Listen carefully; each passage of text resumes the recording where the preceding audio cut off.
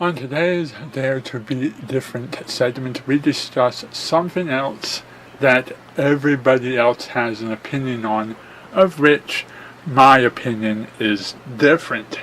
And this time we discuss something that everybody loves and says is the best of the series, but of which I hate and consider to be the worst of the series, and that is The Legend of Zelda Majora's Mask.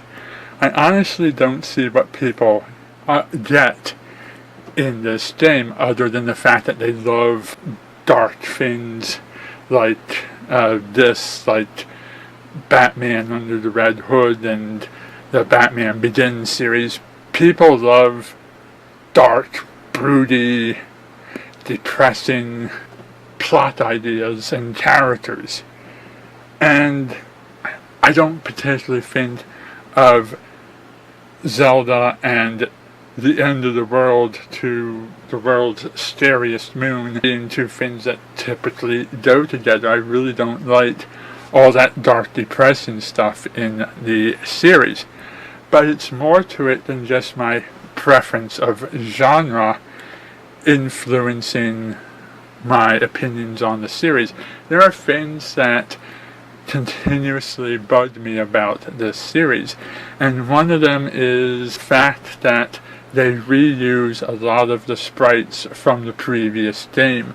Tons of characters and monsters and so forth that were in Ocarina of Time are reused, recycled, and renamed in this game.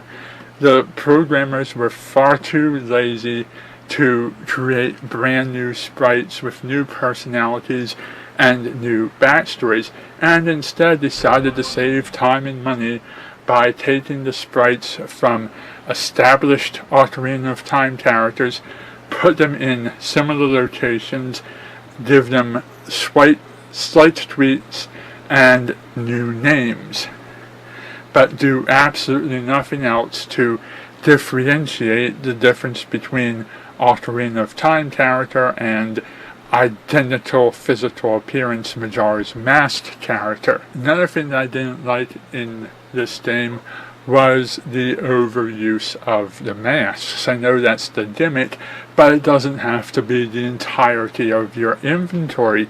It would have been nice to have had a few masks to transform you into interesting stuff and give you special powers and abilities, and have the rest of your inventory be the classic Zelda weapons. And while the classic Zelda weapons do still exist, there are just tons and tons upon tons of masks that you get, and they clutter up your inventory, and they only exist to accomplish some pointless side quest that you may never do again. Although I do have to admit that some masks were fun, like the bunny hood and the one that allowed you to control animals and march them around in a little parade, but there just wasn't enough different special powers and abilities given to these masks to make them worth it. I honestly don't care about getting to open mailboxes and check them for their contents. And as much as I enjoyed the ability to be invisible to my enemies, a power like that didn't have to be included in a mask. And a lot of the masked powers are frankly completely forgettable, as I can't remember them off the top of my head. Many other masks that were pointless were the ones that let you talk to those stones that give you information, or the one that lets you resemble another character so you gain the trust of certain people in the game and you get to talk to them. Other things that I don't like about this game was the fact that there were tons of things that you went out of your way to try and unlock, and then you had to let some time pass and memorize what people were doing every day of their lives and where they would be at any given hour, and go through all kinds of stealth missions and timed missions and fetch quests and defeating little boss characters and all of these other things all on a timer just to get different items, different objects, upgraded bombs, special bags, all this other stuff, and gather up the pieces of the fairies that broke apart to reassemble the green fairies, and go to the fairy lakes to get this, that, and the other thing, and all of this stuff. You went through all this trouble to gather it up, and then you get to the end of the third day, you go back to the beginning of the first day, and suddenly all of that stuff is gone. It's all reset. It's no longer in your inventory. You don't have access to it. You didn't save your access to it, and you just have to go through all that rigmarole to get it back again. So you want to go visit the ranch on the first day. Oh, it's not going to happen because you have to find that special bomb to blow up the rock. You can't just use any old thing. You have to use the one that you only get by defeating that guy who stole the bombs. And then once you get the bombs back, you have to wait a whole other day for the inventory in the shop to have the item available, and you have to be able to afford it, and then you have to get it to the rock without it exploding prematurely. And while there are masks and items that allow you to get past that rock later in the game, they're not always very available, and you still have to do a lot of waiting just to get over there. That's just one of many examples of things that once you get started, it takes a long time for you to reach that point, and once it gets done, it gets undone by going back in time. It would have been so nice to have had a version where anything you accomplish gets saved, and when you go back in time, your accomplishments stick, and you don't have to do those side missions ever again.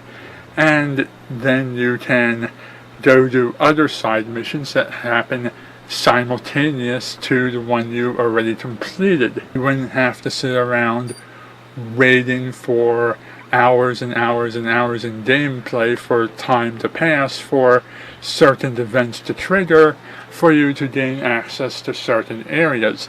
You should have a thing where once you've gained access to that area, it remains unlocked the next time you travel back in time and repeat. The thing that I didn't like about the game was that no matter how much you memorize, no matter how much you get done, no matter how good you are, you can never do every single side quest in the entire game.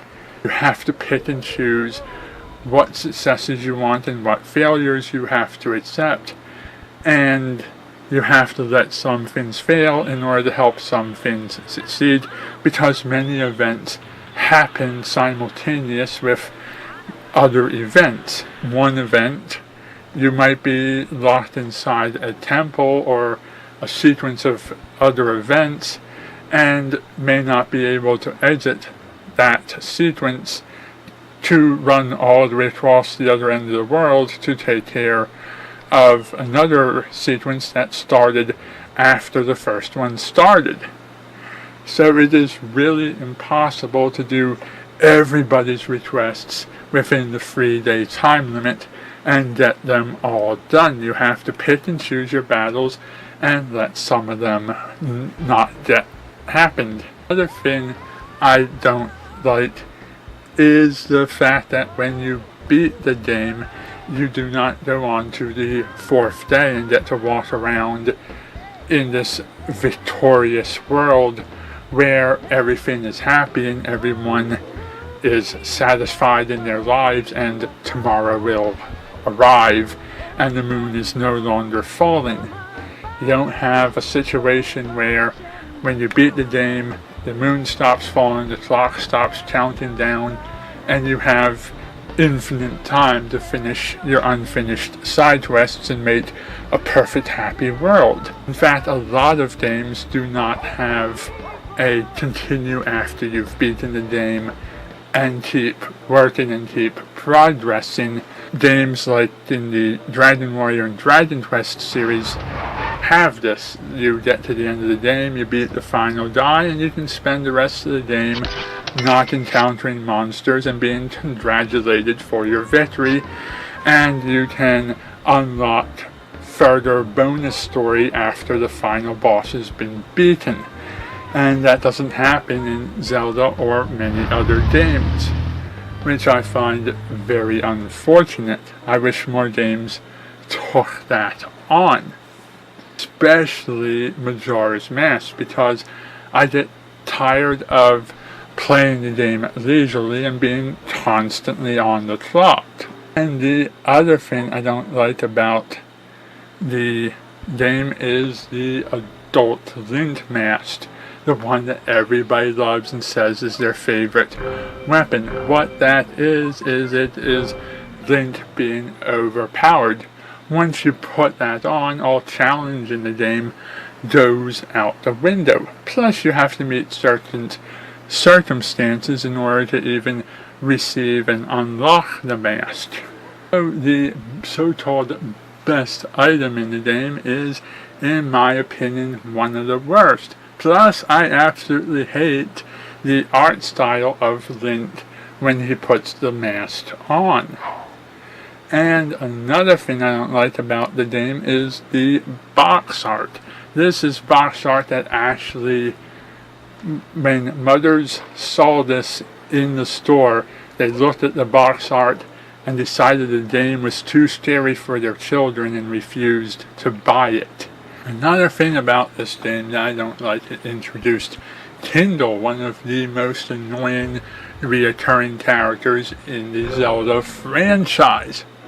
How he got popular in Japan or why they keep him coming back is beyond my understanding. Another thing that I don't like about the game is the fact that Link is on a journey to try and find his friend in the Lost Woods. Supposedly this is supposed to be Navi. At the end of the game, Link never reaches his destination, never reunites with Navi or Saria or any of his old friends from the old Zelda series. In fact, it is highly suggested that Link dies, which is a very depressing end of the story for one of the greatest heroes of Hyrule. But there are things that I do enjoy about this game, like being able to turn into one of 3 different species, although I would have preferred to have had those 3 characters as my own unique traveling companions that I could switch in and out of a party system rather than having to transform into them. I do like the fact that all of the masks do something practical, whereas in Ocarina of Time the masks didn't do anything at all, and you just use them to trade for other masks to unlock fabulous prizes. I like the backstories of some of the characters, like the guy who has been turned into a Dibdo and he's cursed and you have to help him out.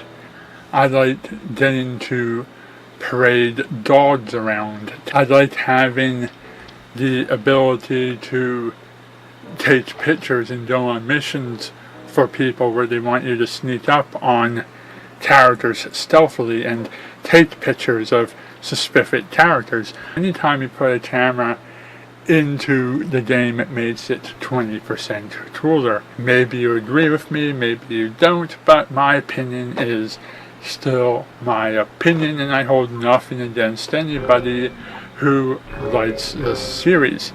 It's just not my preference.